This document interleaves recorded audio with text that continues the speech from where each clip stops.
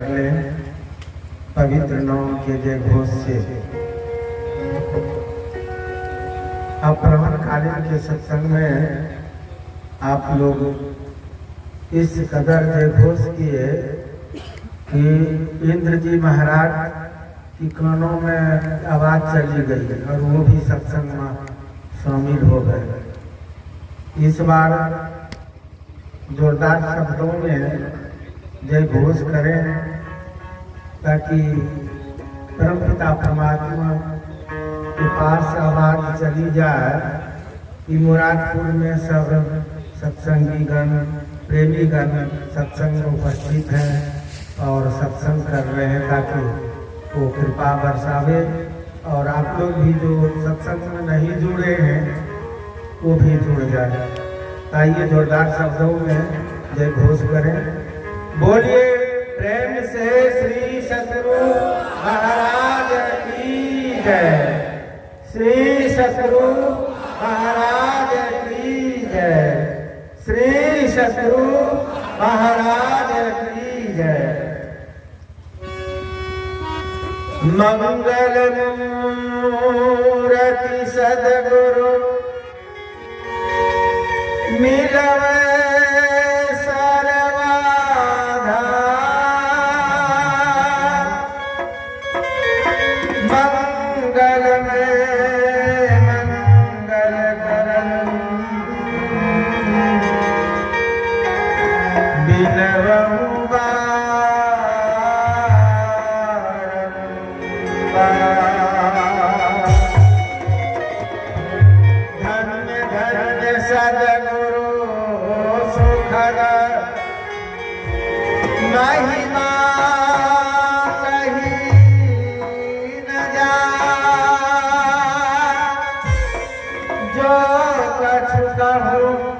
तुम्हारी कृपा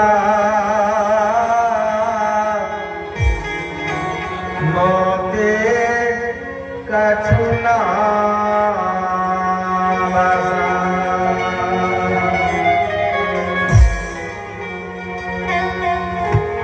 रात्रि कालीन सत्संग में उपस्थित सभी बंधु बांधवों को माता एवं बहनों को मेरा बारंबार नमन। जिस महान संत के छत्र छाया में सबके सब सत्संग सुनने के उपस्थित हुए हैं, ये तो अद्भुत संत हुए।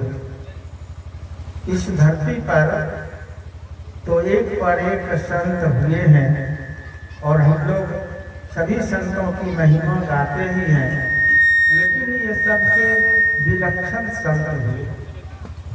आप लोग जानते होंगे गोस्वामी तुलसीदास जी महाराज जब जन्म लिए थे तो उनको 32 दांत मौजूद थे और मुख से राम शब्द का उच्चारण किए थे। तो उनका बचपन का नाम राम भोला था।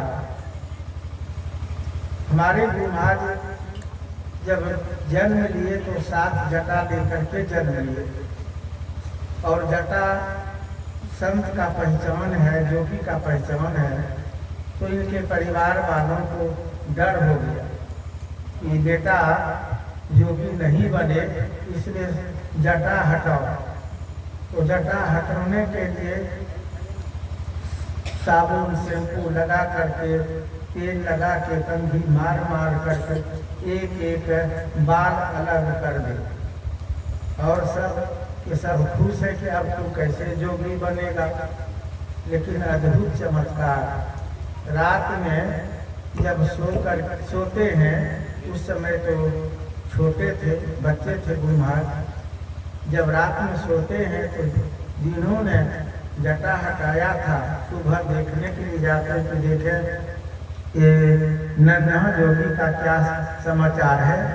तो रात भर में पुनः 7 जटा तैयार और कई दिन ये जटा हटाने का प्रयास किया, लेकिन रात भर में फिर 7 जटा मौजूद नहीं हटा पाए जटा।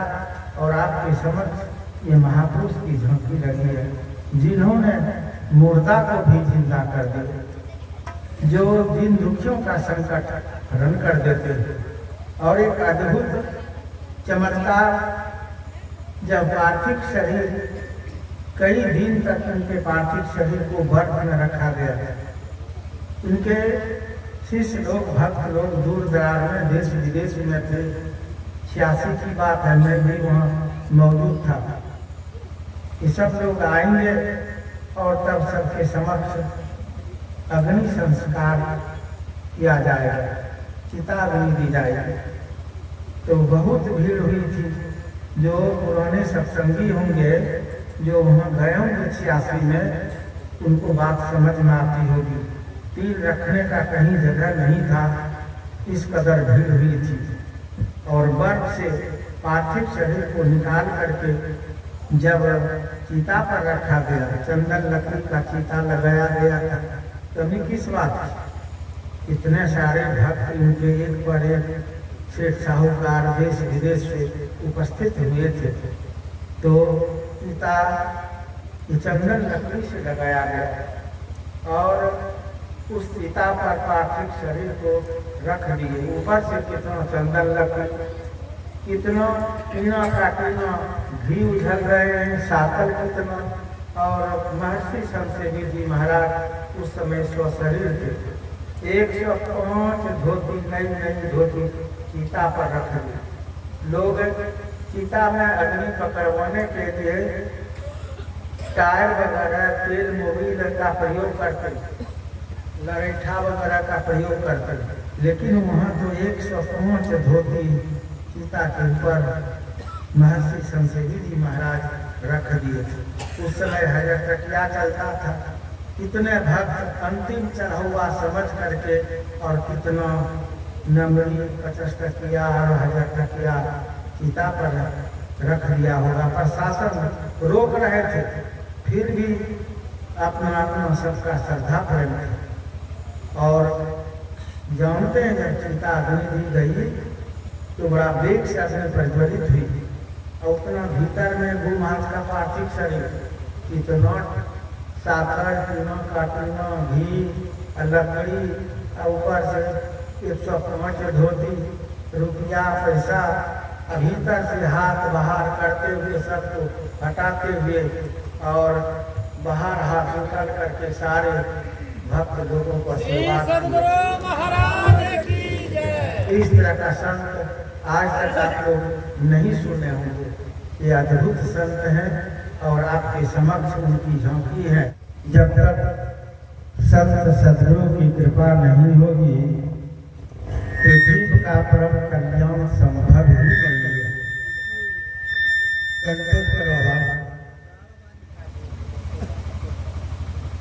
आइए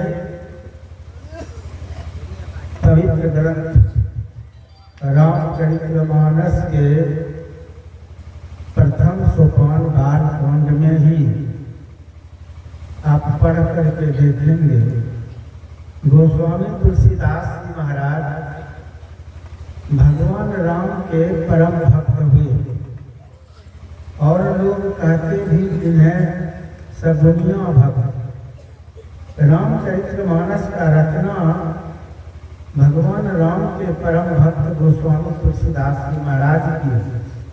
लेकिन एक अद्भुत आप बात पाएंगे, भगवान राम के भक्त होते हुए भी सर्वप्रथम गुरु का वंदना करते हैं। बंदो गुरुपद कंज कृपा सिंधु नर रूप हरि, महामोहतम पुंज जासु वचन रवि करने कर। क्या कह रहे हैं, जरा यहाँ ध्यान रखिए माँ बहने भाई। गुरु नर के रूप में साक्षात हरि है, परमात्मा है, भगवान है, ये कह रहे हैं। सो मैं ऐसे गुरु का वंदना करता हूँ जो कृपा के समुद्र है। अब आप चिंतन कीजिए, कृपा के समुद्र बता रहे हैं, क्योंकि गुरु से विशेष कृपा करने वाले तीनों लोक में और कोई है ही नहीं। इसीलिए कृपा के समुद्र सो मैं ऐसे गुरु का वंदना करता हूँ। ये बात हम पढ़ के देखिए।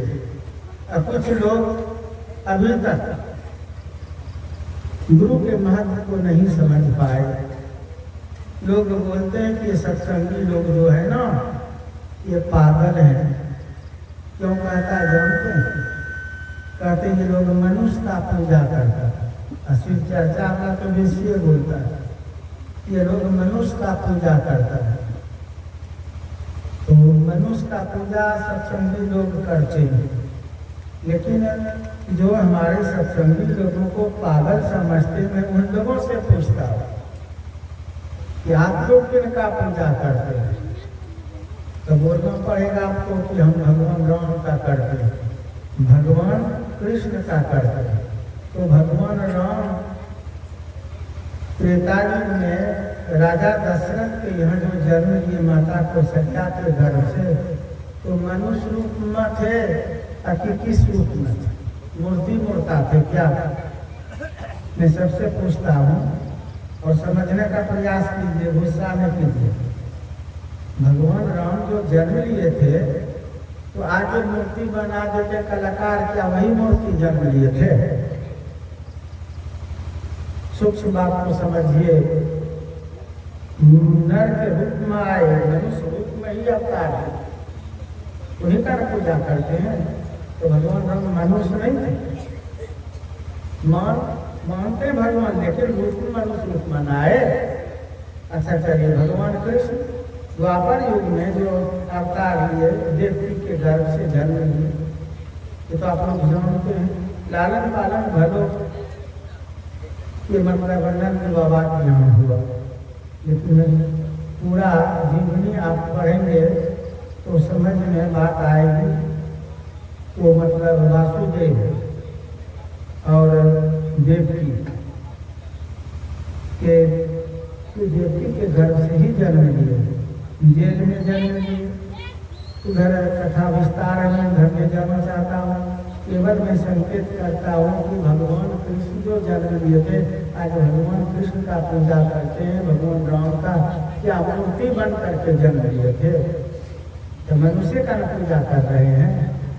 मैं अपराधकालीन के सत्संग में कह रहा था कि भगवान विष्णु के 24 अवतार, और संस्कृत में सब कोई पढ़े लिखे लोग पढ़े हैं 10 अवतार, दशावतार अर्थात 10 अवतार। तो 10 अवतार कम से कम समझिए, 24 अवतार छोड़िए, 16 अवतार छोड़िए, 12 अवतार छोड़िए, 10 अवतार। 10 अवतार में आप देखेंगे कौन कौन अवतार है। 10वें में आपकी बुद्धि शुद्ध हो जाएगी अगर ये 10 अवतार को ही समझ लेंगे। एक तो रामावतार, कृष्णावतार, नरसिंहावतार, वामनावतार और कुछ अवतार, मत्स्यावतार, मत्स्य अवतार, कश्यप अवतार, बराह अवतार और कुछ है कि नहीं? जरा यहाँ ध्यान रखिए, तब समझ में बात आएगी।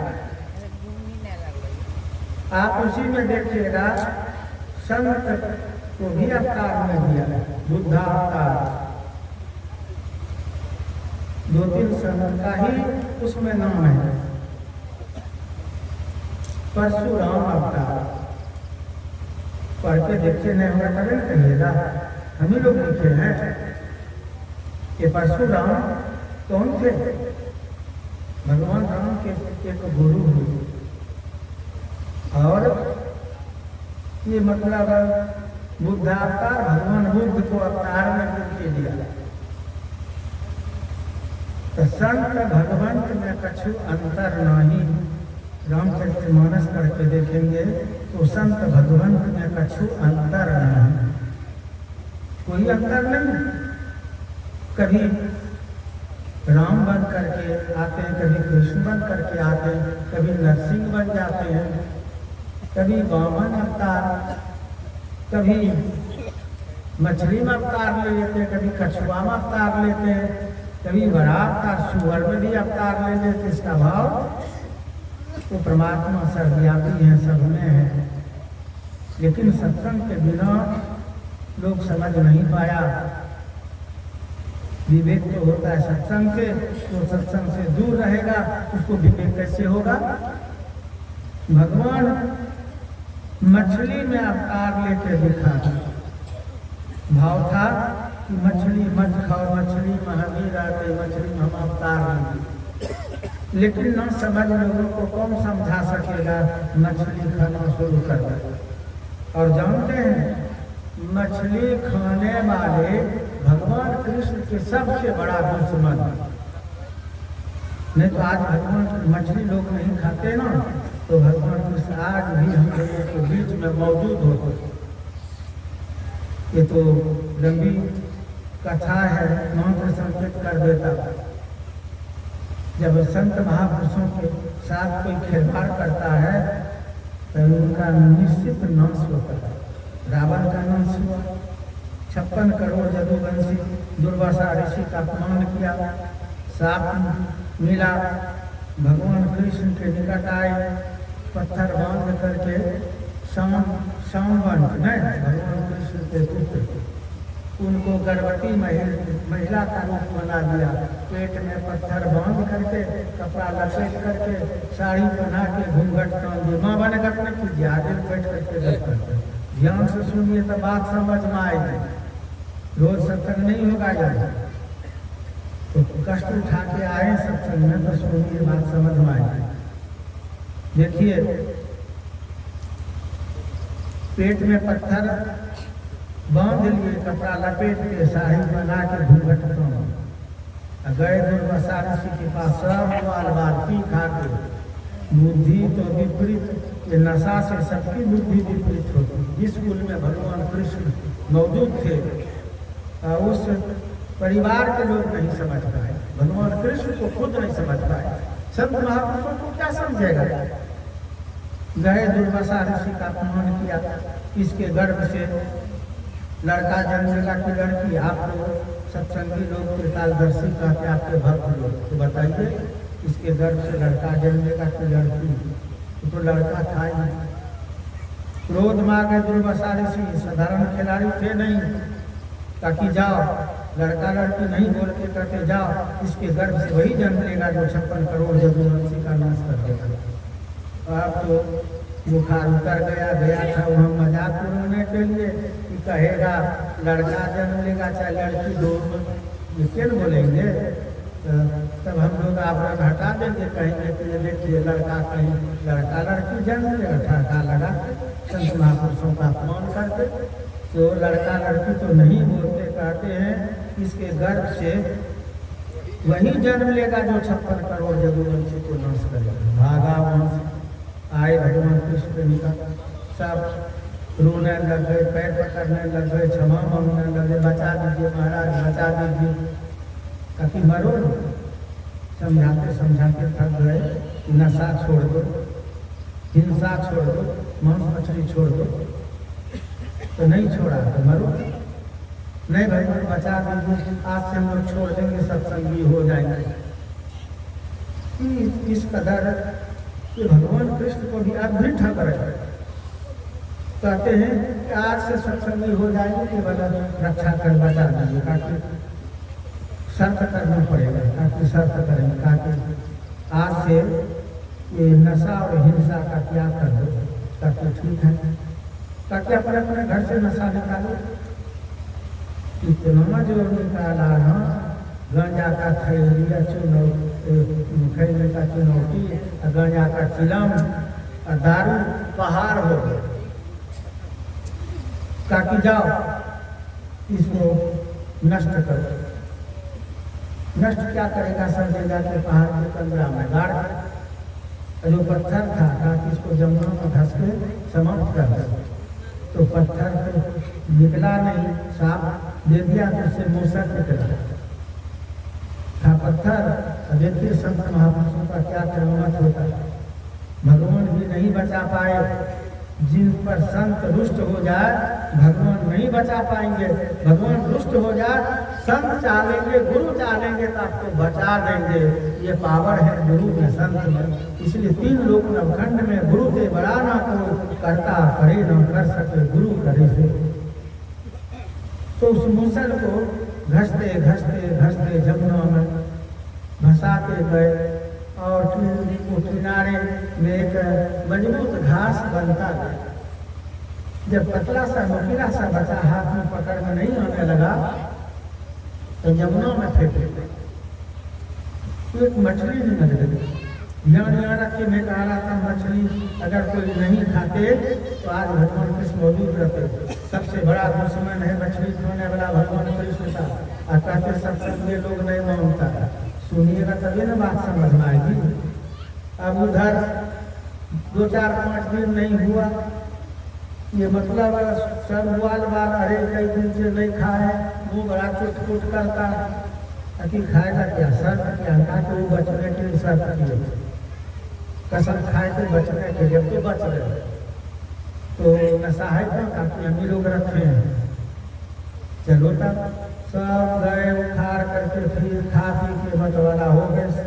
और सांप है उसमें, अब तो पावरफुल है, पूरा झूमने लग गए नशा में और तू में करने लग गए, हथा पंजी करने लग गए, उठा पटक शुरू हो गया। किसी का नजर पड़ा वो घास पर, उखाड़ के लाया। जब प्रहार किया तो ये तो परमाणु बम से भी भयंकर निकला। एटम बम, परमाणु बम से भी भयंकर निकला। एक के बार में राम नाम सब समझ में बात आ गई कि बढ़िया हो जा रहा है मरने के लिए। सब उखाड़ करके आपस में बाल एक दूसरे पर प्रहार करके गर्दागर्द हो गए। 56 करोड़ नाश हो गए। अब भगवान कृष्ण केवल बचे। भगवान कृष्ण चिंतित है कि कितनों समझाए लोग माना नहीं। आखिर में नाश हो ही गए।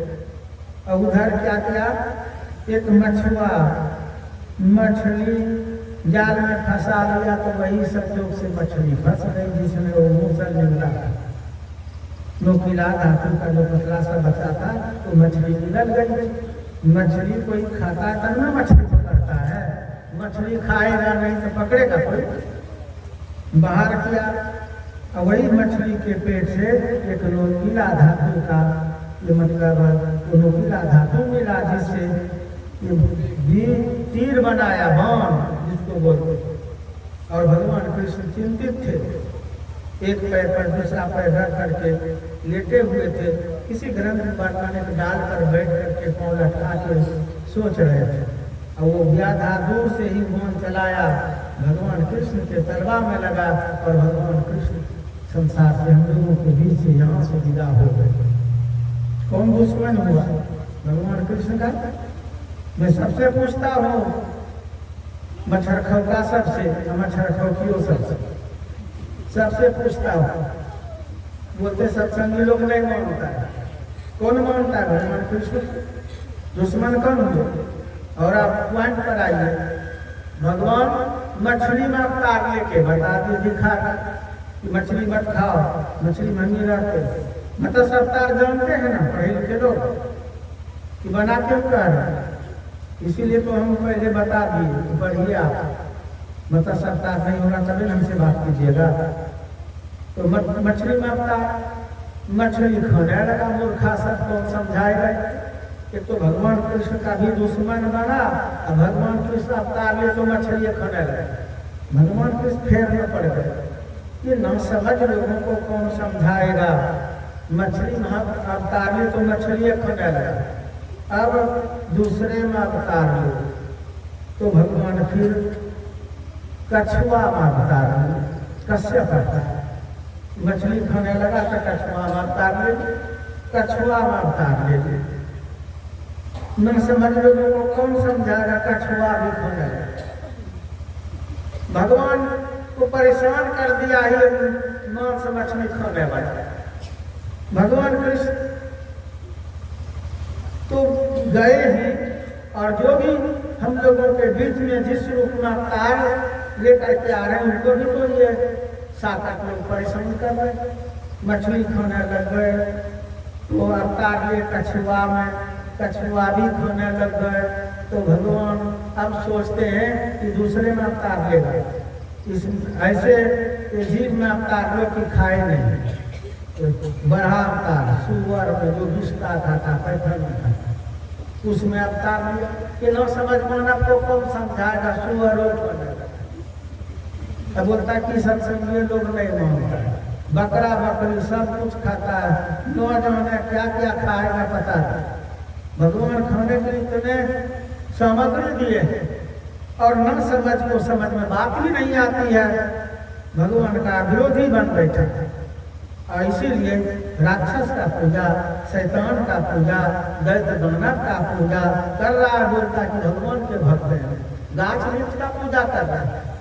जबकि भगवान कृष्ण कह रहे नवमाध्याय पढ़िए गीता को, अब पढ़िए नवमाध्याय, तब हमसे बात कीजिए। भगवान कृष्ण कह रहे देवताओं का व्रत करने वाले देवताओं के पास जाएंगे, पितरों का व्रत करने वाले पितरों के पास जाएंगे, भिन्न भिन्न भूतों को पूजने वाले भिन्न भिन्न भूतों में जा मिलेंगे। भिन्न भिन्न भूत क्या हुआ? गाछ पूजते हैं तो गाछे बनिएगा, माँ बहने ध्यान से सुन लीजिए, आम गाछ, अमला गाछ, केला गाछ, पीपल गाछ, बाट गाछ, क्या बनिएगा? धरती पर एक दो गाछ है, मर जाइएगा गाछ पूछते पूछते। कहते भगवान की भक्ति कर रहे हैं, पूज रहे सब गाछ, भगवान को हंसते होंगे कि मूर्ख लोगों को कौन समझाएगा। तो भिन्न भिन्न भूतों को पूजने वाले भिन्न भिन्न भूतों में जाएंगे। और ज्ञान क्या भाव में लोग तो सांप गोजर पूजता है, कुत्ता बिल्ली का पूजा करता है, माल मवेशी का पूजा करता है, किनका किनका पूजा करता, दैत्य दानव का पूजा, राक्षस का पूजा, रंगाधारी दानव, काली दानव, न अजरेल कजरेल, छेछन पहलवान, मर जाइएगा वही से भगवान को छूटिए गए, सब आसार घर कर लिए, भीतर में घुसा लिए। इसीलिए मैं प्राणकालीन के सत्संग में कह रहा था कि 33 करोड़ देवी देवता तो अपने हैं, आइए मनुष्य लोग होशियार वाला और 34 करोड़ कर लिया, 1 करोड़ बढ़ाइए दिया। सब देवी देवता भगवान सूझ रहा है लोगों को, सबका मालिक एक है, ये बोलता है लोग सबका मालिक एक है, लेकिन फिर इतने सारे भूत ने शैतान के फेर में पड़ गया। यही भक्ति है, यही बता रहे भगवान कृष्ण, यही बता रहे भगवान राम, यही बता रहे शिव जी। इसलिए सत्संग सर्वोपरि है, ज्ञान होगा सत्संग से। सत्संगत जग सार साधो, सत्संगत जग सार रे, काशी नहाए मथुरा नहाए और नहाए हरिद्वार रे, चारों धाम तीरथ करी आए, मन का नहीं सुधार रे, सत्संगत जग सार साधो, सत्संगत जग सार रे। वन में जाए करे तप भारी, काया कष्ट अपार रे, इंद्रजीत बस करी मन अपने, हृदय नहीं विचार रे, सत्संगत जग सार साधो, सत्संगत जग सार रे। कहते कहते नीचे कह दिए, मंदिर जाए करे नित पूजा, राखे बड़ो आचार रे, साधु संत के कदर न जाने, मिले न सिरजनहार रे, सत्संगत जग सार साधो, सत्संगत जग सार। सत्संग से ज्ञान होगा, इस संसार में एकमात्र सत्संग ही सार है, जो दानव को भी मानव बना देगा, और जिनकी बुद्धि धूमिल है उनकी बुद्धि भी पवित्र होगी। लेकिन सत्संग से ही लोग अपने आप को रखने में ही ये बड़प्पन समझते हैं कि हम सबसे बढ़ करके सत्संगी लोग को पागल। सो मैं यहाँ कह रहा था, पॉइंट पर आइए। पाठ के क्रम में आप लोग गुरु की महिमा सुन रहे थे, कबीर साहब की वाणी, ऐसे महापुरुष की वाणी सुन लिया, और क्या सुन रहे थे? जिनकी लगन गुरु सो नहीं, जो मनुष्य शरीर पा करके अभी तक गुरु से जुड़े नहीं, लगन नहीं बना पाए, वो मनुष्य मनुष्य नहीं है। क्या क्या जीवन में होगा पता नहीं। ज्ञान का स्रोत तो गुरु से होता है, और गुरु से आप अलग है। संसार का हर कार्य गुरु के तहत है। कटाई, सिलाई, बुनाई, जोताई, तोड़ाई, पढ़ाई, लिखाई, ये तो काम बिना गुरु का होता है क्या? भक्ति भजन बिना गुरु का? सोचिए कहाँ है आप लोग? बिना गुरु से भक्ति संभव है? उलट पुलट कर्म करेंगे, देखा देखी करेंगे, न जाने क्या क्या करेंगे, और ये अनमोल जीवन सत्यानाश होगा। इसलिए रामचरितमानस में एक पंक्ति में समेट करके गोस्वामी तुलसीदास जी महाराज लिख दिए, बिन गुरु भव निधि तरय न कोई, जो बिरंची शंकर सम होई। ये रामचरितमानस की पंक्ति है, पढ़ के कोई देख सकते हैं। बिन गुरु भव निधि तरय न कोई, जो बिरंची शंकर सम होई। बिरंची का अर्थ होता ब्रह्मा जी, सृष्टि करता ब्रह्मा के समान कोई क्यों न हो जाए। और महादेव सबसे जो बड़ा देव सुन रहता प्राण कालीन के सबसे, वो शिव जी क्यों न हो जाए। कान खोल करके सुन लीजिए, बिना गुरु से ऐसे ब्रह्मा जी का शिव जी का भी उद्धार नहीं होगा। ये रामायण कहता है। इसलिए भगवान राम भी गुरु किए, और लोग बोलते हैं ये लोग मनुष्य का पूजा, तो भगवान राम मनुष्य का ही पूजा किए। भगवान राम के गुरु वशिष्ठ जी कुल गुरु, और अस्त्र शस्त्र विद्या सिखाने वाले विश्वामित्र जी खुद भगवान थे, अवतार दिए थे। क्या जरूरत हुआ गुरु? क्या बिना गुरु से ज्ञान विकसित होता? तो चारों भाई गुरु से जुड़े, और अध्यात्म गुरु भगवान राम के अध्यात्म गुरु में जानते हैं। 3 गुरु भगवान राम को, 3 गुरु भगवान कृष्ण को। भगवान राम के कुल गुरु हैं वशिष्ठ जी, ये तो सब कोई जानते हैं। और अस्त्र शस्त्र विद्या सिखाने वाले विश्वामित्र जी, और तीसरा गुरु है अगस्त ऋषि। भगवान राम के तीसरा अध्यात्म गुरु अगस्त ऋषि हैं। तो इस तरह से भगवान राम के भी 3 गुरु, और 3 गुरु मनुष्य। लोग बोलता कि लोग मनुष्य को मनुष्य का पूजा करता है। भगवान कृष्ण को भी 3 गुरु। भगवान कृष्ण के एक गुरु संदीपन, जिनसे दीक्षा हासिल की है बलराम और भगवान कृष्ण।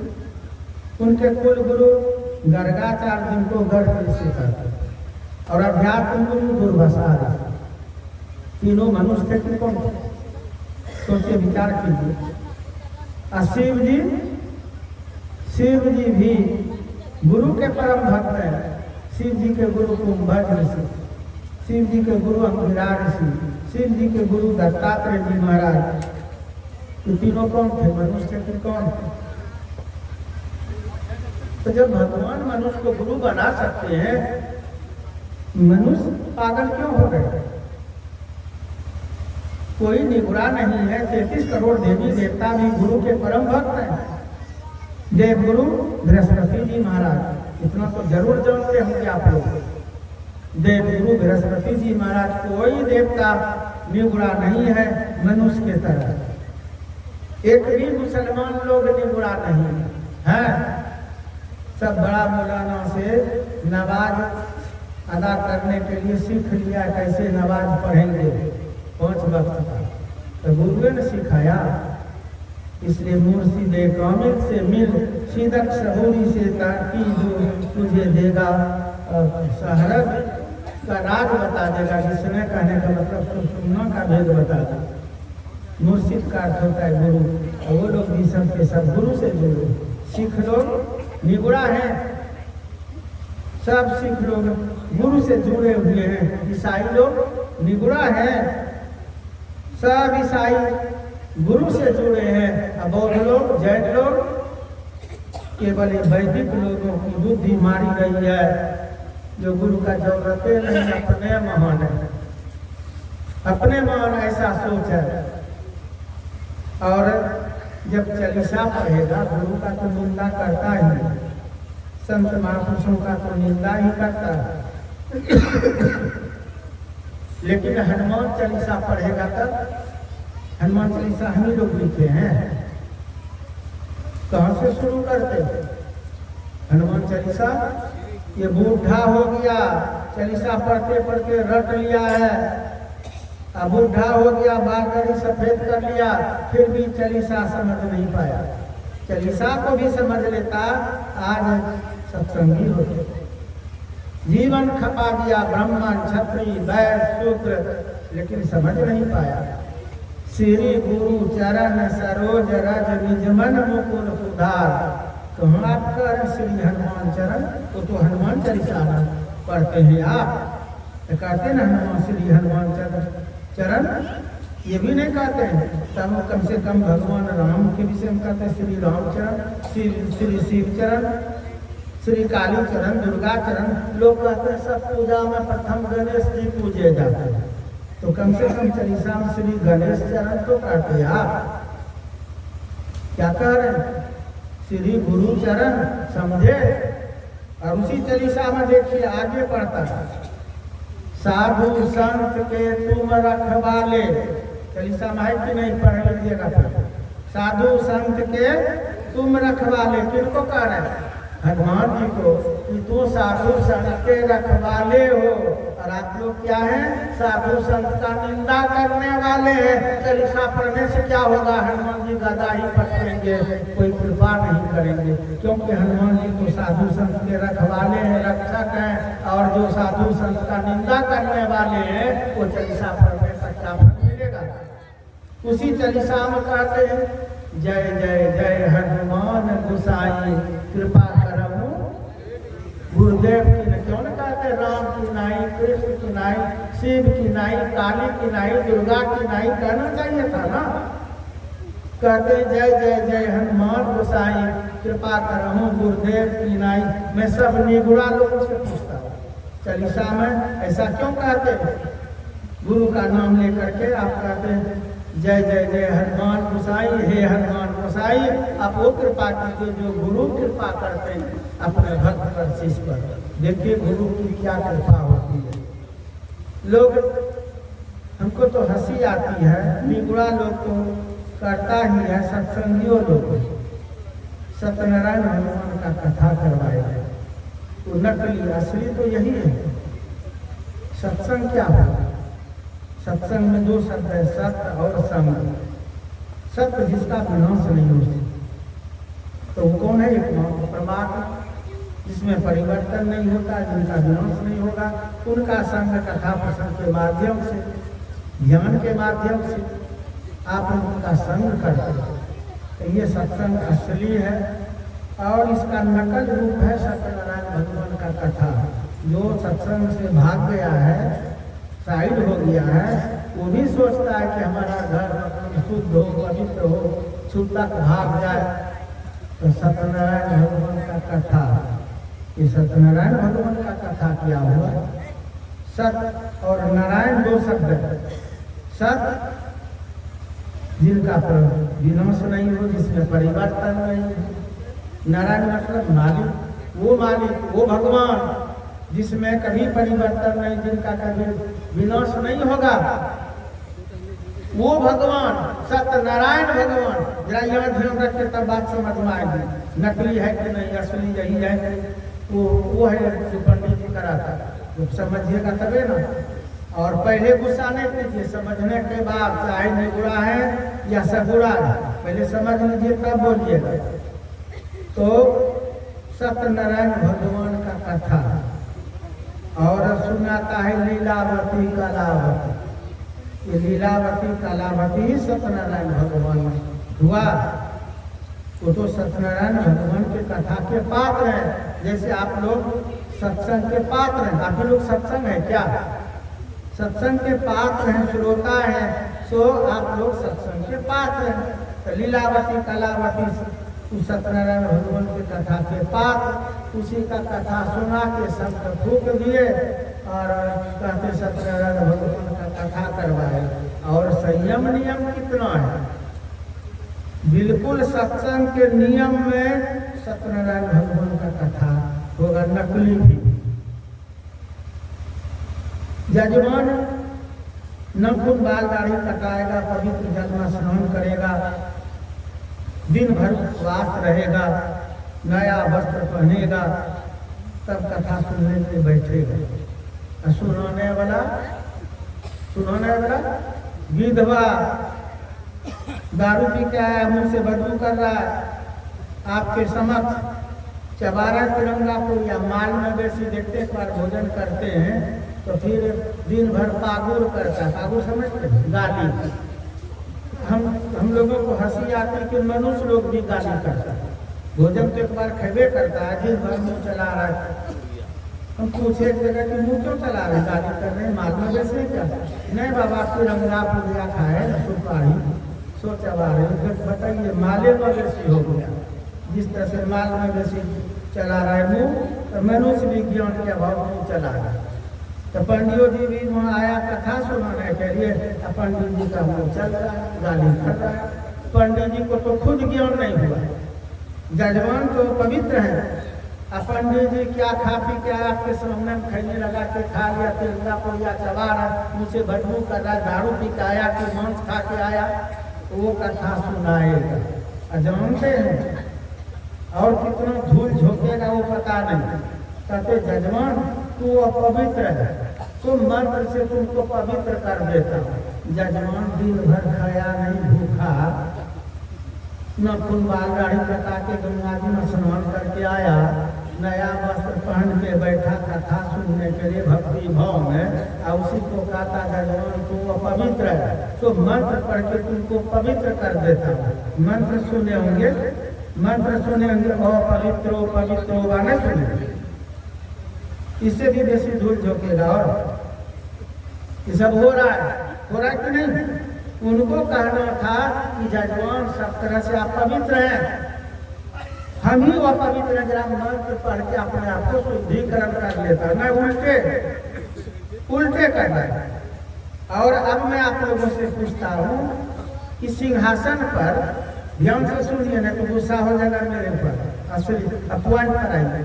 सिंहासन पर जो सत्यनारायण भगवान को बैठाते हैं, कि मैं सबसे पूछता हूँ सत्संगी है अथवा नहीं, सिंहासन समझते हैं जिसमें सत्यनारायण भगवान को बैठाते हैं, जिसको शालिग्राम बोलते हैं। तो शालिग्राम में मैं आप लोगों से पूछता हूँ कि आँख है, नाक है, कान है, मुख है, हाथ पाँव है? साधक जो सत्संगी हैं, गुरु से युक्ति जान करके दृष्टि योग क्रिया जब करते हैं, दोनों दृष्टि की धारों को जब एक कर लेते तो बिंदु उदय होता है। और ये असली है, इसी का नकल रूप है वो शालिग्राम। बिंदु में आँख है, नाक है, हाथ पाँव है, ये असली है। बिंदु राह से निकल बहादुर, तम मंडल टपना होगा।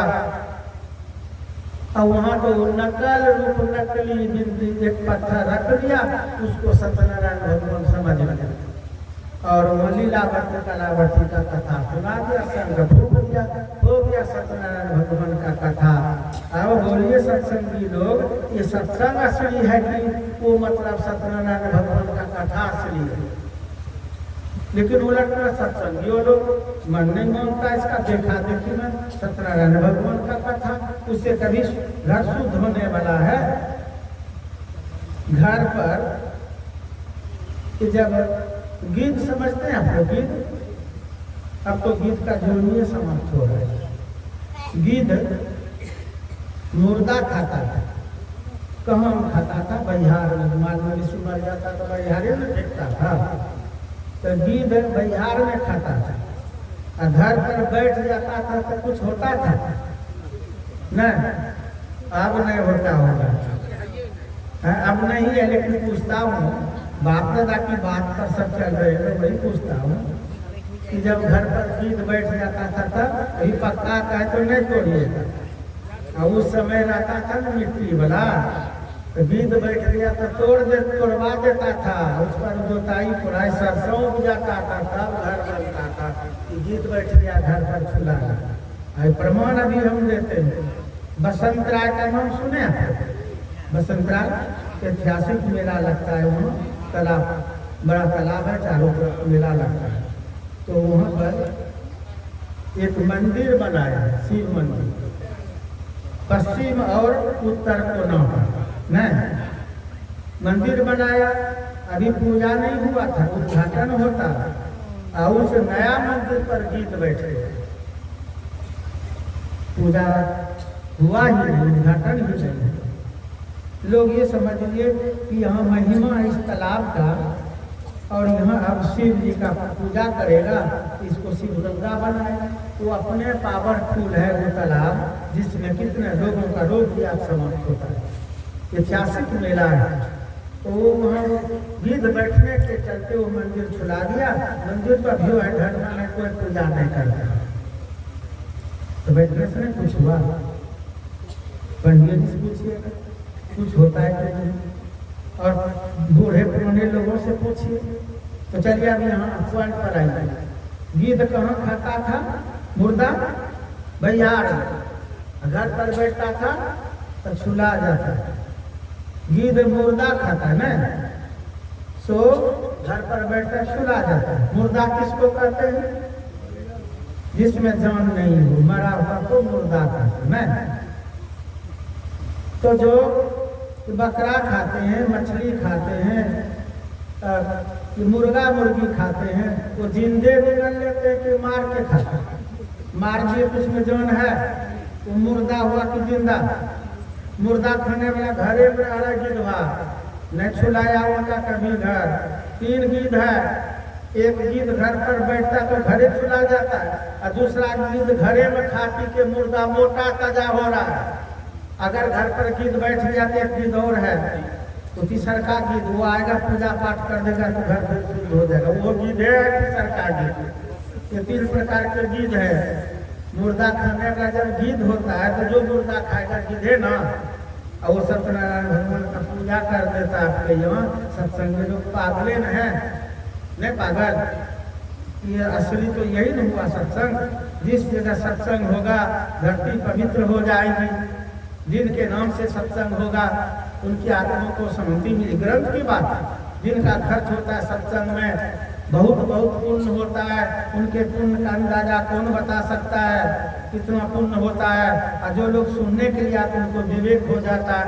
आम का आम और गुठली का दाम ये सत्संग देता है। इससे पावरफुल कौन अनुष्ठान होगा तो बता देगा, लेकिन लोगों को कौन समझा सकेगा?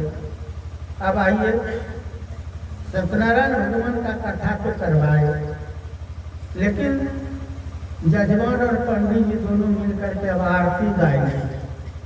पंडित जी आरती और सत्यनारायण भगवान का आरती भी गवाते। ओम जय जगदीश हरे न हम लोग ने बनाया आरती। जिस तरह से चालीसा हम लोग नहीं लिखे हैं, उसी तरह से सत्यनारायण भगवान का आरती हम लोग नहीं बनाया। अब उस आरती में जरा सा समझिए, क्यों करवाए? नकली था, नकली क्यों करवाए? नकली करवाने से असली का ज्ञान होगा। इसलिए उस सत्यनारायण भगवान की आरती में कहते हैं, श्रद्धा भक्ति बढ़ाओ संतन की सेवा। कहाँ जाइएगा? भारतीय संत महापुरुषों से, गुरु से भक्ति कहाँ जाइएगा? हो जाएगा कार्य। नकलियों कीजिएगा ना तो संत महापुरुष का ही संकेत होगा। चालीसा पढ़िएगा ना तो गुरु का ही संकेत होगा, साधु संत का संकेत होगा। और अपना कालीन के सत्संग में यही सुने थे। साधु समाज में जाकर के आनंद मन से सत्संग सुनेगा, समझेगा, जीवन में उतार लेगा, तो 4 फल के हकदार होंगे। क्यों कह दिए गोस्वामी तुलसीदास जी महाराज साधु समाज में? क्योंकि आजकल बहुत ऐसे लोग हो गए हैं, पीने खाने वाले भी, वक्र मार्गी लोग भी भाषण पट्टू हो गए। माइक दीजिए 1 घंटा झाड़ देगा।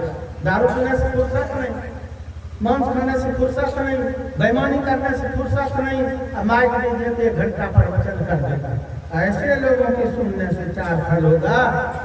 उस पंक्ति में इसीलिए जोड़ दिए, साधु समाज में जाकर के आनंद मन से सत्संग सुनिए, समझिए और जीवन में उतारिए, तब 4 फल के हकदार होंगे। साधु समाज जो साधना करते हैं, जिसको खान पान पर संयम है, ये नहीं कि जो मन माया सो खा लिया, साधना ही नहीं करता है, उनको साधु कैसे कहेंगे। इसीलिए जो भी ग्रंथ है सब में आप सत्संग की महिमा, संत की महिमा, गुरु की महिमा पाएंगे।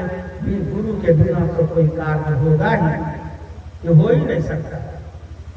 आप विष्णु पुराण पढ़िए, 18 पुराण में एक पुराण है विष्णु पुराण, जरा ध्यान यहाँ रखिए, घबराते नहीं, हम घट नहीं देखेंगे। इतना हुआ, इंद्र जी महाराज भी शामिल हुए ना आप लोगों के सत्संग में, तो स्वागत में थोड़ा आगे पीछे तो होगा ही ना। कोई आते हैं तो स्वागत करने में थोड़ा समय खर्च होता है। तो इंद्र जी महाराज आए, सत्संग में शामिल हुए, तो स्वागत करने में थोड़ा विलम्ब हुआ। और वो आए तो कितना कमाल हुए, पहले तो रोड वगैरह आपके गांव में शुद्ध कर दें न, लोग स्नान नहीं कर पाते हैं तो देखते हैं हाथ में जल लेके, क्या बोलते हैं, जल छिटका। तो इंद्र जी महाराज पूरे गांव को साफ कर दिए।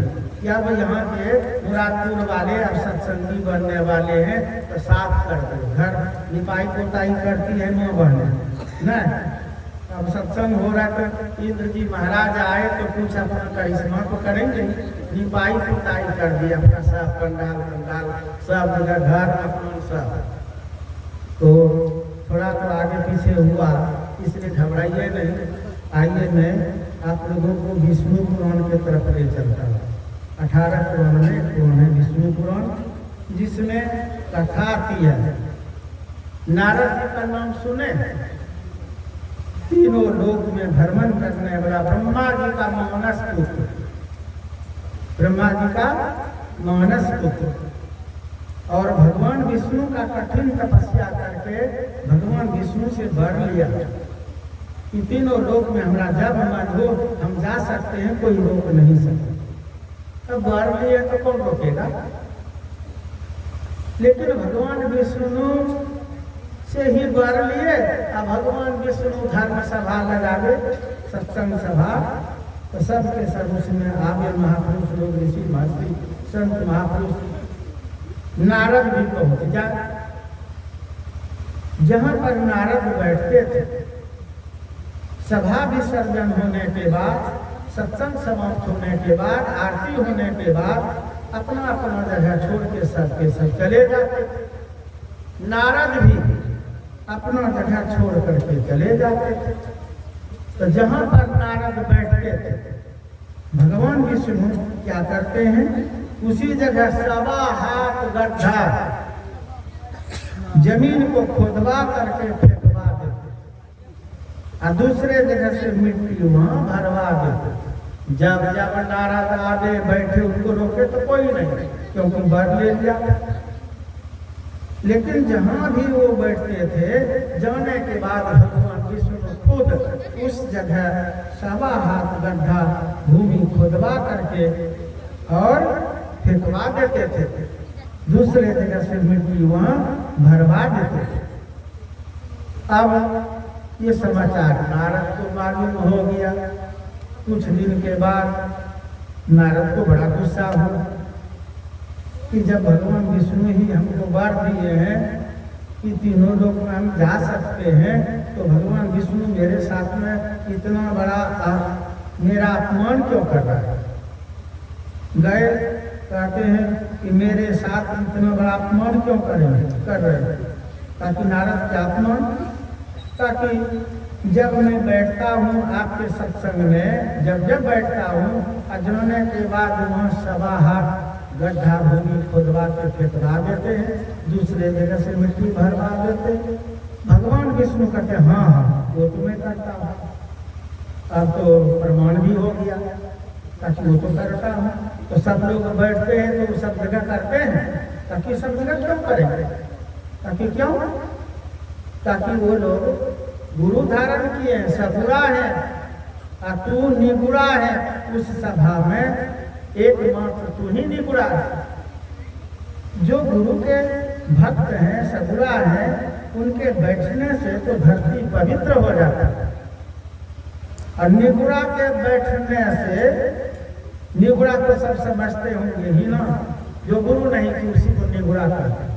अभी तक उनसे लगन नहीं बना है तो उसको निगुरा कहते हैं। तो निगुरा के बैठने से धरती छुला जाती है, ये भगवान विष्णु का। और सवा हाथ भूमि गड्ढा तक। कुछ महात्मा लोग कहते हैं कि भगवान विष्णु लोक में मिट्टी कहाँ से, उनकी बुद्धि उतरे तक है। तो अगर कोई महात्मा बोलते हैं उनकी बुद्धि उतना है, ऐसा प्रमाण नहीं है विष्णु पुराण में कि किस कहाँ पर सभा लगाते। ये किसका लोक है जहाँ बैठे हैं, तो ये ऐसा तो स्पष्ट नहीं है लिखा हो। लिखा है कि सवा हाथ गड्ढा भूमि, वो पवित्र होने के चलते भगवान विष्णु मिट्टी कटवा के फेंकवाते। काम कर करने के लिए भगवान विष्णु के लोक में मिट्टी कहाँ से, उनकी बुद्धि उतने है। ये सब लोग भगवान का ही है, इसीलिए तर्क वितर्क में नहीं जाना है।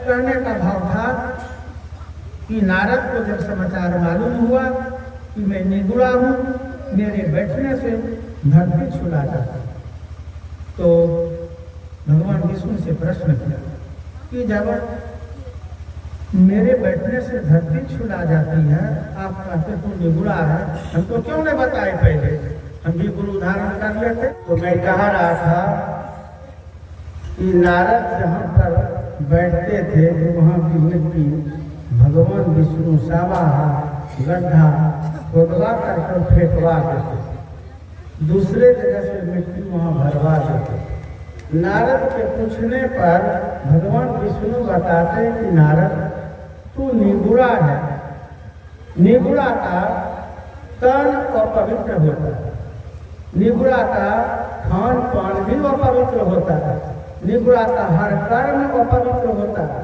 इसलिए निगुरा का पूजा पाठ भी शुद्ध नहीं होता। ग्रंथ में वर्णन है कि भक्त लोगों को निगुरा का बनाया हुआ भोजन नहीं खाना चाहिए, निगुरा के हाथ का पानी नहीं पीना चाहिए। ऐसा क्यों?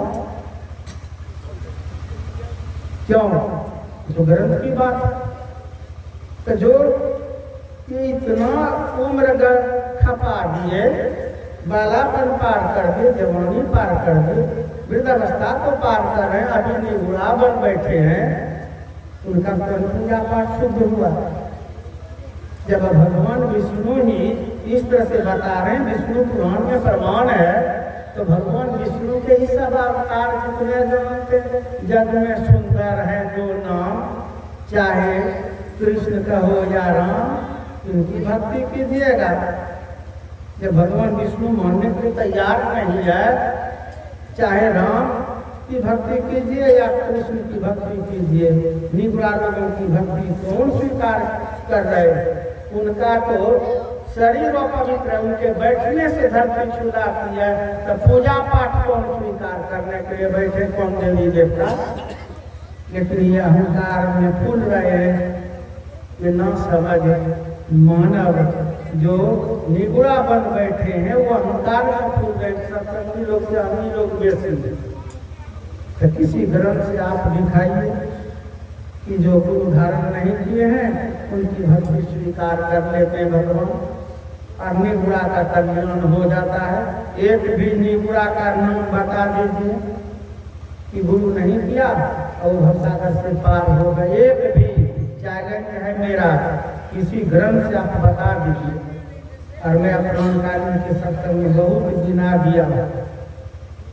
तो सोचिए, जब आज तक जब से सृष्टि हुई तब से लेकर के आज तक में निगुरा लोगों का उद्धार हुआ ही नहीं।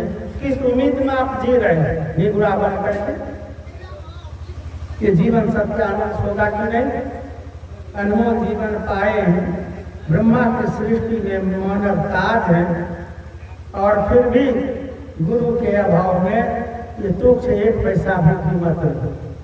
सो भगवान राम भी अपने मुख से भी कह रहे हैं, उत्तरकांड पढ़िए ये मनुष्य शरीर भवसागर से पार जमने के लिए नाव है। भगवान राम का मनुष्य शरीर भवसागर से पार जमने के लिए नाव है। नदी में नाव हो, नाव पर सब कोई सवार हो जाए और उस नाव पर नाविक नहीं हो, नदी पार कर सकेंगे? तो नाव पर सब सवार है, मनुष्य शरीर भी नाव है, लेकिन जिस नाव पर नाविक नहीं थे बंधार, जो गुरु से नहीं जुड़े हैं, वो नैया पार जाएगी, झक मारेंगे कि नहीं? इसलिए करण धार सतगुरु वीर नावा, दुर्लभ साध सुलभ करी पावा। तो नारद को बोध हुआ कि भगवान निगुड़ा जीवन कोई काम का नहीं है, तो हमको बताइए जल्दी से, अब हम निगुड़ा नहीं रहेंगे, हम गुरु धारण करेंगे, ताकि जब समझ में बात आ गई तो जाओ गुरु कर लो। नारद वहाँ से चला, भगवान विष्णु से पूछ लिया था कि इनको करें, ताकि जाओ, जब तड़प हो गया गुरु के प्रति, और जब तक गुरु के प्रति तड़प नहीं हो तो गुरु करना ही नहीं चाहिए। बस ये भी बात सुनिए, ये नहीं कि गुरु कर लिए फिर शिकायत करने लगे। तो गुरु के प्रति तड़प हो जाए, और तड़प से मरने के बाद, तड़प हो तो पहले ना बालापन पार कर दिया, अभी तक तड़प नहीं हुआ, जवानी पार कर दिया, तो वृद्ध अवस्था को पार कर दिया। एक दिन जीवात्मा निकल जाएगा, निगुड़ा यहाँ से जाएंगे, कोई काम करना। तो यहाँ कहने का भाव था कि भगवान विष्णु कहते कि जाओ गुरु के प्रति तरफ हो गया, जाओ गुरु का सुबह सुबह जो मिलेगा कर लेंगे। गया नारद, संयोग की बात, सब प्रभु की लीला, भगवान की खेल है। उधर से एक मछुआरा सुबह सुबह जाल लेकर के उधर से आ रहे, मछुए मिल गए। लेकिन अगर गुरु नहीं करते तो भगवान विष्णु का आदेश का उल्लंघन होगा। सुबह जो पहले मिलेगा उन्हीं को कर लेना। मछुआ तो था नहीं, लेकिन उनके मन में तो बात बैठ गई। गुरु तो कर लिया था कि हमको शिष्य बना लीजिए, दीक्षा दे दीजिए। गुरु देखा कोई श्रद्धा भर नहीं है, गुरु शिष्य का जो नाता रिश्ता होता है वो अद्भुत होता है, इसमें कोई तड़प ही नहीं है। फिर भी कहता था कि अच्छा शिष्य बना लेता हूँ, उनको दीक्षा दे देता हूँ। शिष्य को बना दिया, उनको दीक्षा दिया। नारद वहाँ से मने मन चिंतित है, गुरु से कोई जुड़ेगा तो एक खुशी अलग ही है, प्रसन्न मन से जाएगा, लेकिन वो खिन्न मन से जा रहा है, चिंतित। चलता हूँ, गुरु नहीं किया था तो भगवान विष्णु सवा हाथ भूमि कटवाते फेंकवाते थे। आज गुरु कर भी लिया तो बढ़िया मिला ही, लेकिन चलता हूँ भगवान विष्णु को बता देता हूँ कि गुरु तो कर लिया लेकिन मछुआ मिला। वही नारद गया, कोई खुशी नहीं। भगवान विष्णु पूछते कि नारद गुरु कर लिया, ताकि हाँ भगवान गुरु तो कर लिया, लेकिन करने से कहता क्या फायदा, मछुआ मिला। लेकिन बोलियो न पाया, खाली हाँ भगवान गुरु तो कर लिया, लेकिन खाली लेकिन ही बोला।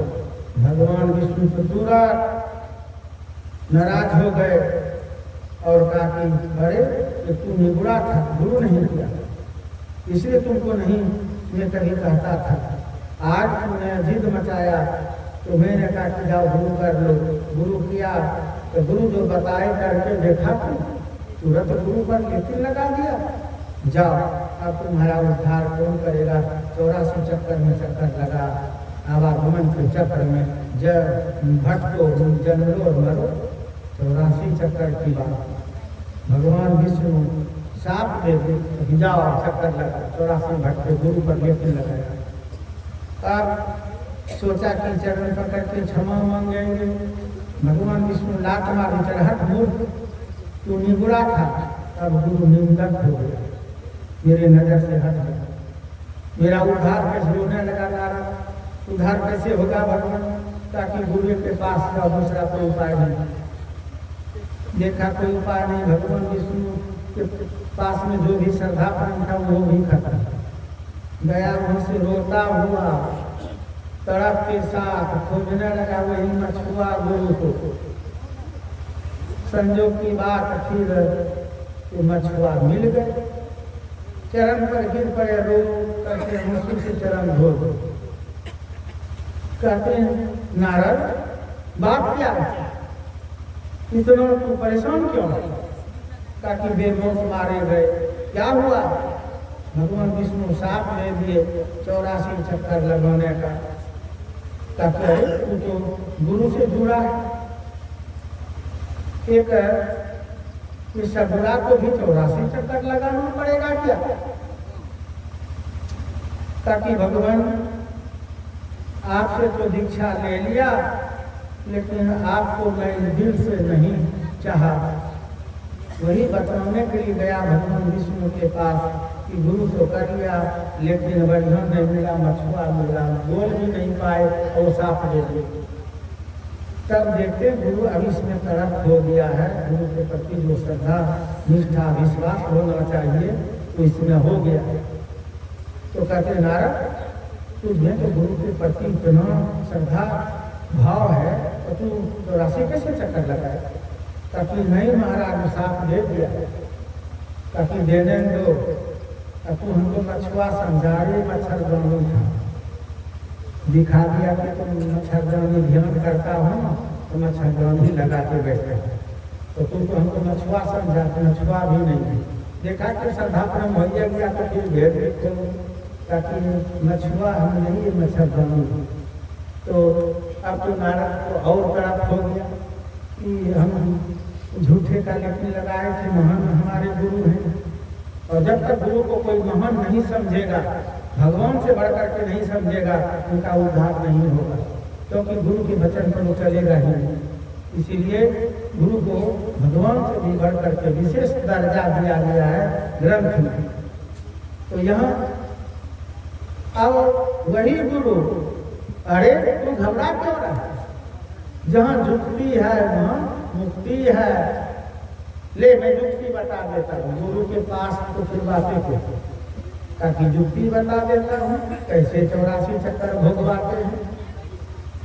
जब भगवान से बढ़कर के गुरु हैं, संत हैं, भगवान राम ही तो कह रहा, सातम सम वही मैं जग देखा, मोटे अधिक संत करी लेखा। भगवान राम का कृत्य सोपान आरण्य कांड पढ़िए, कहते हमसे बढ़ करके संत है। इसीलिए जब भगवान राम का हमसे बढ़ करके संत है तो पूजा पहले क्या हो? प्रथम भक्ति संतन कर संगा। भगवान राम ही कर रहे, ये नहीं कह रहे प्रथम भक्ति राम कर संगा, प्रथम भक्ति संतन कर संगा। आप पढ़िए रामचरित मानस नहीं होगा तभी भगवान राम सिखा रहे हैं। हम ही लोग बोलते हैं बना के सो बात नहीं, तो ग्रंथ की बात है, कोई भी पढ़ सकते। गुरु भगवान से बड़े होते हैं और भगवान राम सिखा रहे, शिव जी सिखा रहे हैं, हमसे बढ़ करके गुरु। जरा सा आइए मैं प्रसंग यहाँ छोड़ता हूँ, स्कंद पुराण का कुछ जरा सा ज्ञान ले लीजिए। माँ पार्वती शिव जी से प्रश्न करती है कि संसारिक लोग आपको देवों का देव महादेव कहते हैं और आपको ही नमन करते हैं, लेकिन आप हमको बताइए कि वास्तव में सबसे बड़ा देव कौन है? आप हैं कि आपसे भी कोई बढ़ करते? तो शिव जी कहते हैं पार्वती से, हे शंकरी तू बड़ा रहस्यमयी प्रश्न कर दी हो, आज तक हमसे इस तरह का कोई प्रश्न नहीं किया था। आप लोग घबराइए नहीं, सब संकेत पर संकेत हो रहा है, आप ही कर रहे हैं न, तो घबराने की बात है, थोड़ा प्रसंग पूरा करने दीजिएगा। चलिए यहाँ ध्यान रखिए। तो शिव जी बता रहे पार्वती को, हे शंकरी, शंकरी मतलब शंकर की पत्नी शंकरी, तो हे शंकरी बड़ा रहस्यमयी प्रश्न कर दी हो, आज तक हमसे कोई प्रश्न ऐसा किया ही नहीं, तो सुन ले उत्तर। और पार्वती के साथ साथ आप लोग भी शिव जी का उत्तर सुन लीजिए, और पढ़ने का मन हो तो लिख लीजिए, नाम स्कंद पुराण लिख लीजिए, पढ़ लीजिएगा, नहीं होगा तो हमसे बात कीजिएगा। शिव जी कह रहे कि हे शंकरी मैं सबसे बढ़ करके संत सदगुरु को मानता हूँ, गुरु से बढ़ करके कोई नहीं है। जो शिव को मानता है शिव भक्त, और गुरु को नहीं मानता है वो महामूर्ख है शंकरी। जो शिव भक्त गुरु को नहीं मानता, शिव को मानता है और गुरु को नहीं मानता है, वो महामूर्ख है शंकरी। ऐसे शिव भक्त को गुरु पत्नी गमन करने का महापाप लगता है, और ऐसे शिव भक्त का 1 करोड़ जन्म तक उद्धार नहीं होता। शिव जी का सोचिए, निर्वाह का उपाय है कि स्कंद की बात। और आइए अभी विष्णु पुराण से आप लोग सुन रहे हैं, नारद को युक्ति बता रहे हैं गुरु। कहते नारद 84 चक्कर लगाने का साथ दिया है ना, तो समझ में। और गुरु का आशीर्वाद हो तो पल में निहाल हो जाता है। गुरु हरि चरण में प्रीति हो, युग काल क्या करे। चारों युग में कोई कुछ नहीं बिगाड़ सकते हैं, काल की महाकाल भी कुछ नहीं कर सकते। तो गुरु बता दिए, उनको समझा दिए। नारद तो गदगद हो गए, पूरा उछलने लग गए कि अब मैं पूछता हूँ भगवान विष्णु से कि कैसे हमको 84 चक्कर लगवाते। गए उछलता हुआ भगवान विष्णु के पास। भगवान विष्णु देखते हैं नारद बड़ा प्रसन्न है, खुश है। कहते नारद बड़ा खुश है, कोई खजाना मिला क्या? नारद कहते भगवान खजाना क्या, आपको साथ दे दिए तो खजाना क्या मिलेगा? आए हैं आपसे पूछने के लिए कि 84 को अब हमको भोगना ही पड़ेगा, तो 84 का नक्शा जरा बता करके हमको समझा दीजिए कैसे कैसे भोगना पड़ेगा। कहा कि समझ लो, भूमि पर धरती पर भगवान विष्णु 84 का नक्शा बना दिए। नारद कमीज खोल के रख दिए, उसी नक्शा पर लोट-पोट करने लगा। इधर से चलते हुए उस तरफ, उस तरफ से इस तरफ। भगवान विष्णु कहते नारद पागल हो गया, ये क्या कर रहा है? कहते नहीं भगवान पागल नहीं हुआ, 84 भ्रमण कर रहा है। कहते यही 84 भ्रमण है। कहते ये बताइए तो आप, वो 84 किसने बनाया? कहते हम ही बनाया। ये 84 किसने बनाया? कहते हम ही बनाया। काफी का बनाया हुआ 84 यही लोग हो गए। भगवान विष्णु भी गदगद हो गए, हाथ पकड़ के नारद को उठा के सीने में लगा लिया। कहते देखा नारद गुरु का करामात करिश्मा, 1 मिनट में पार लगा दिया 84। श्री सद्गुरु महाराज की जय। इसीलिए जो अभी तक निगुड़ा बन बैठे हैं उनका कल्याण होगा तो होगा कैसे? हम लोगों को दुख होता है, दुख के साथ बोलते हैं। इसलिए कबीर साहब वही दुख के साथ बोल रहे हैं कि जिनकी लगन गुरु सो नाही, ते नर खार कुकर सब जग में, वृद्धा जन्म गमाई, अमृत छोड़ विषय रस्ती में, भृग भृग तिनके ताई। अमृत की वर्षा हो रही है, गुरु से जुड़ेंगे, ध्यान करेंगे, साधना करेंगे। देखते हैं शिव जी भी ध्यान करते, हनुमान जी का फोटो देखिए ध्यान करते, भगवान राम ध्यान किए, भगवान कृष्ण ध्यान किए। जहाँ जहाँ उपदेश है शिव जी का, भगवान राम का, भगवान कृष्ण का, ध्यान का ही उपदेश किया हनुमान को। जितने ऋषि महर्षि संत महापुरुष थे सबके सब ध्यान किए। बिना ध्यान से कोई भवसागर से पार हो सकेगा? आइए जुक्ति गुरु बताते, गुरु से जुड़े ही नहीं, अमर क्या हो पाएगा? अमृत कौन क्या कर सकेगा? सिर्फ लोग अमृत अमृत बोलता है, अमृत ना मिलेगा। कौन ऐसा शहर है, किस सेठ साहूकार के दुकान में अमृत बिक्री हो रहा है जो बहुत पैसा आपके पास में खरीद के पी लीजिएगा? अमृत है बातन की बात, अमृत है संतन के पास। जुड़िए, भिक्षा लेकर के साधना कीजिए, निगुड़ा जीवन मत पार कीजिए, और साधना से ही वो बिंदुनाथ में पूर्ण होंगे। और यही बिंदुनाथ अमृत है, अमृत की वर्षा हो रही है, लेकिन निगुड़ा लोग कैसे अमर हो पाए? सो यहाँ कह रहे हैं कि ऐसे को धिक्कार है जो मनुष्य शरीर पा करके और गुरु से दीक्षा नहीं ले पाए, तो गधा और कुत्ता के समान रह गए। ऐसे को धिक्कार है, वो अमर नहीं हो पाएगा। अमृत कौन ही नहीं कर पाएगा तो अमर क्या होगा? तो बहुत कुछ सुने पाठ के क्रम में और समय का अभाव है।